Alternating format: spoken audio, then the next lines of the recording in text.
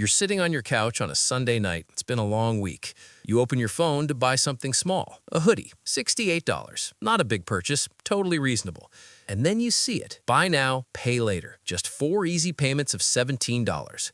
And something in your brain goes, oh, that's basically free. So you tap it. A week later, you do it again. Sneakers, 4 payments. Then concert tickets. Then a kitchen gadget. Then Christmas gifts. Then a plane ticket. And suddenly, one random Tuesday, you open your banking app and think, why do I have 8 payments coming out of my account this month? And that's when the quiet panic starts. Okay, that's literally you? Good, because today we're talking about the dark truth behind buy now, pay later. The financial product that looks harmless, feels convenient, and is quietly rewiring how an entire generation thinks about money. My name is Nick, and I spend way too much time thinking about why people make weird, irrational, emotionally driven decisions with their money. If you're someone who's ever clicked pay in 4 without really thinking, or if you're tired of financial advice from people who still write checks at the grocery store, hit subscribe and give this video a thumbs up. Because today we're pulling apart something almost nobody talks about honestly. Now look, I'm not here to scream BNPL is evil, never use it. That's lazy, that's not helpful, and that's not reality. Because clearly, millions of people are using it. The question is, what is it actually doing to your financial behavior? And is it quietly making you poorer while feeling like it's helping you? Here's the thing. Buy now, pay later didn't explode because people suddenly got smarter with money. It exploded because it perfectly hijacks human psychology. And once you see the math and the psychology side by side, you'll never look at that pay in 4 button the same way again. Let's start with what BNPL actually is in plain English. You're buying something. Instead of paying $100 today, you pay $25 today. $25 in 2 weeks, $25 in 4 weeks, $25 in 6 weeks. No interest, no fees. Just easy installments. Clean, simple, friendly. And at first glance, it looks like a better credit card. No 20% interest, no minimum payments that trap you for years, just a short-term split payment. So what's the problem? The problem is not the math. The problem is what the math does to your brain. Here's what most people don't realize. When you break a $100 purchase into 4 $25 payments, your brain doesn't register it as spending $100. It registers it as spending $25. And that is a completely different emotional experience. Spending $100 hurts. Spending $25 feels harmless. And this is where it gets interesting, because the entire BNPL industry is built on one simple truth. Humans are terrible at aggregating future obligations. We're great at thinking about today. We're awful at thinking about next month. So BNPL takes a $100 decision and turns it into a $25 decision. Then another $25 decision later, and another, and another. And because each individual decision feels small, you say yes more often. Let me show you what this looks like in real life. Imagine you make $4,000 a month after tax. You're responsible. You pay your rent, your bills. You have maybe $500 to $800 a month of fun money. Not crazy, just enough to live. Now, one month, you use BNPL for a $120 hoodie, $30 by 4, a $200 pair of sneakers, $50 by 4, a $240 plane ticket, $60 by 4, a $160 concert ticket, $40 by 4. Total purchases, $720. But what did your brain experience? 4 small payments, 30 plus 50 plus 60 plus 40 equals $180 this month. $180 feels fine. That's just a couple dinners out. So you feel like you're staying in control. But here's the thing. You didn't spend $180. You spent $720. You just haven't felt the full pain yet. And next month, those payments are still there, plus new ones. Because once you start using BNPL, you don't stop, you layer. This is called payment stacking, and it is the quiet killer. Here's what most people don't realize. BNPL isn't a one-time loan. It's a subscription to future payments. And the scariest part? There's no dashboard showing your total outstanding BNPL obligations. It's scattered across apps: Affirm, Afterpay, Klarna, Zip, PayPal, each one showing tiny, harmless amounts. So you think you're fine until your checking account says otherwise. Now, you might be thinking, okay, Nick, but I pay it off. I'm responsible. I don't miss payments. And that's great. But here's the second layer. BNPL doesn't just change how you pay. It changes what you buy.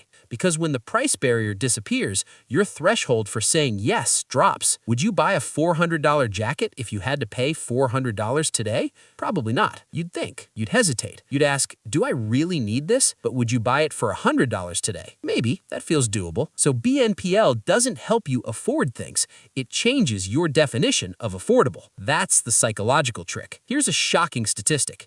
According to a 2023 report from the Consumer Protection Bureau, BNPL users are significantly more likely to make impulse purchases than non-BNPL users. And a 2024 survey from LendingTree said that nearly 40% of BNPL users said they had made a purchase they otherwise wouldn't have without BNPL. Let that sink in. Almost half of BNPL users are buying things they didn't originally plan to buy. So the industry doesn't grow because it helps disciplined people manage cash flow.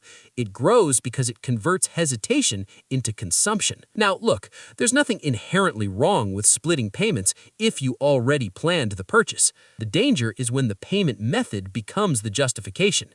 I can afford it because it's only $25 today. That's backwards. You're deciding based on the payment, not the price. And this is exactly how people get into trouble with car loans, mortgages, and credit cards too. They shop by monthly payment, not total cost. BNPL is just training you to do that on smaller purchases first. Here's where it gets darker. BNPL companies don't make money when you pay on time.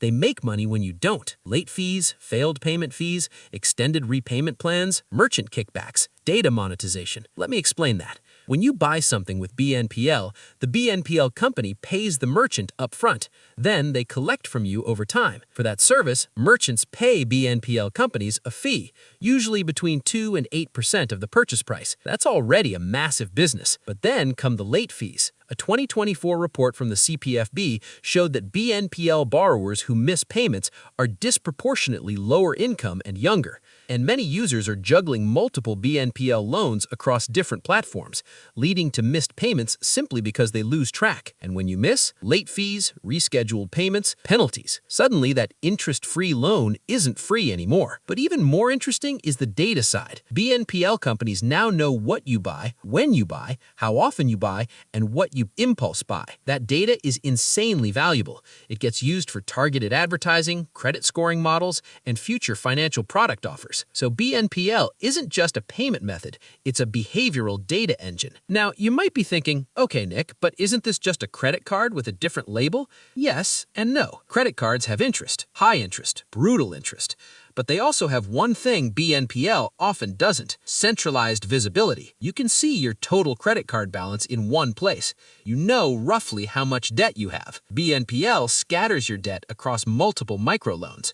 It fragments your awareness. Psychologically, fragmented debt feels smaller than consolidated debt. That's not an accident. That's design. This is exactly the same psychological trick casinos use with chips instead of cash. You don't feel like you're losing real money because the medium has changed. BNPL is the chip in the casino of online shopping. And here's the most important part. BNPL normalizes debt as a default way to buy everything. Not emergencies, not large purchases, everything. And once your brain learns, I don't pay full price today, it becomes very hard to go back. This is how lifestyle inflation creeps in without income inflation. Now let's talk about who this hurts the most. High-income people using BNPL as a cash flow tool?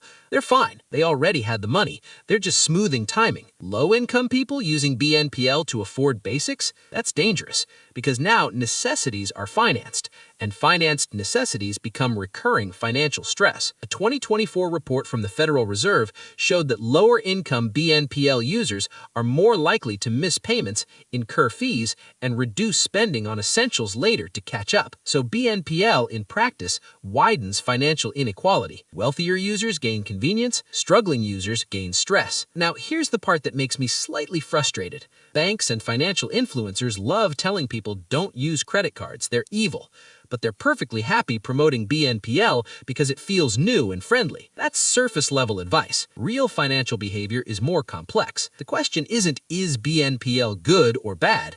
The question is, what role does it play in your decision-making? So let's get practical. When is BNPL actually reasonable? If you already planned the purchase, you have the full amount in your account, you use BNPL purely to manage timing, and you track every BNPL payment in one place, and you never miss payments, then BNPL is basically a short-term 0% cash flow tool. Fine. But if you decide to buy because of the installment, you stack multiple BNPL plans, you don't know your total outstanding BNPL balance, and you sometimes miss or reschedule payments, then